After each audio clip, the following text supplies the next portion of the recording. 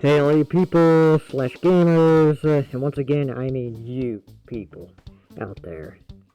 Today I'm reviewing a console that we've all forgotten about, and that is not as near and dear to me as my PS2 is, and I've never played a PS1 before, and I probably never will, sadly. Except that I have one right here. Yep. That's right, I took it upon myself to buy this PS1 bad boy just for review. Now what's great about this console, if you're Gen Z you may ask? Make no mistake guys, it is about to hit its 30th year anniversary, and it is considered one of the best selling consoles of the mid-90s. And it had sold 100 million copies within that year, and was one of the first consoles to ever do so. But either way, to this day, it still sells many games that are today remade on newer consoles. Household names like Crash Bandicoot, Tomb Raider, Metal Gear, Resident Evil, and Oddworld Abe's Odyssey. One of the last but subtle PlayStation games to ever have been released was C12, Final Resistance. It was a game that was a latecomer, but at least one of the final attempts by the PS1 industry to sell one last time right before pulling it completely from the shelves in order to sell a PS2. So now I want to keep this video as short and simple for you guys as much as possible, and let's dive right into the features and the specs about what makes this console to this very day so great. See you there.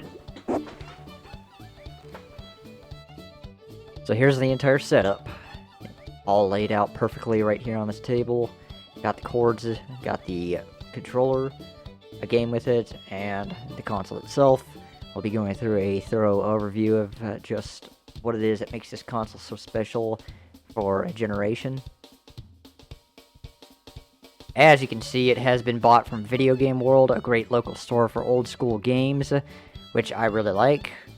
First, the console itself has at least 3 buttons: the power button, the reset button, and the open flap button, if that's what it's called.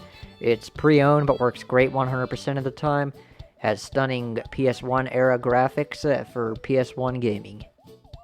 Next, we got the controller. It is probably the hardest I've ever played without any joysticks. It is really weird.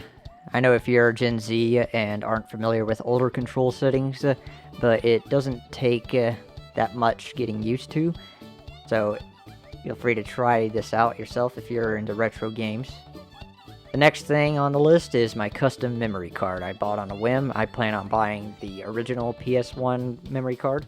It's definitely functional and in great condition. Next is the RCA wires. I talked a little bit about this in my PS2 overview video, so check that out if you haven't.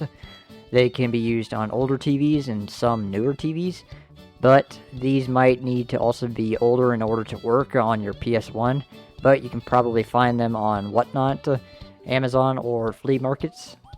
The last thing on this console, which is most important, is the power cord. Something you will always need for turning on your game console.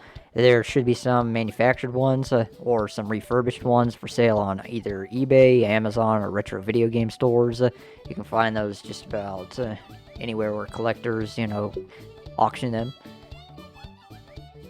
And yes, I already have that game with it. If you haven't seen my previous videos on them, my favorite, and everyone's favorite, is Crash Bandicoot. With this game and its content, it always brings a special charm to PlayStation users and gamers in general, since it's like the top mascot of the PS1 era. Though this game is a challenge, I recommend it as a very fun gameplay for those interested in PS1 games, as the console has reached its 30th anniversary.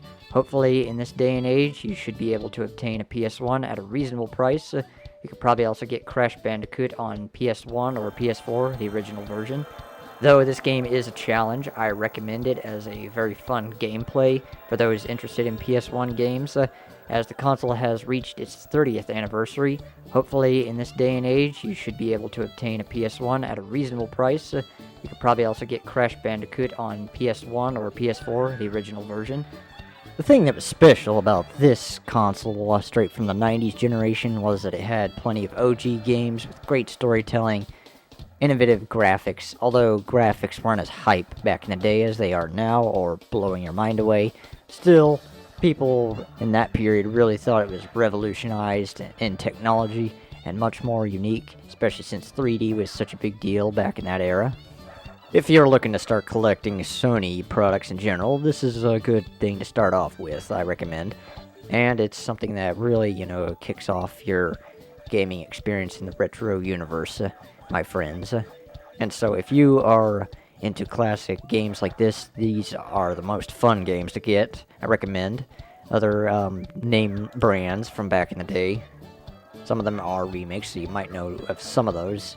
Maybe you never even knew they were on PS1 in general, but if you're millennial, you probably had much more fun with this kind of stuff back in the day. If you're Gen Z, then you probably got your hands on this at the very last minute and not too familiarized with it, but might want a refresher. Go for it.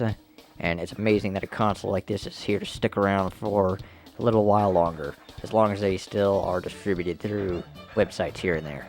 Though PS1 isn't exactly at its hiatus today, and PS games in general aren't exactly as hype as they used to be, and not many people are in the market for a PS1 necessarily, but we still have a memorable console to keep us preoccupied with, so-and-so as adults here and there, doing whatever wacky fun we like to do. Though the 90s are way beyond us, we still got a great console, and we still have its memorable functions that give us that Y2K vibe. Hopefully that it will always have that kind of uniqueness to it. And so, that concludes our overview.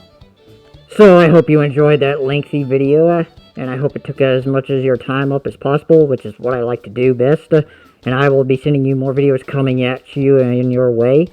And see you guys in the next video. Peace out.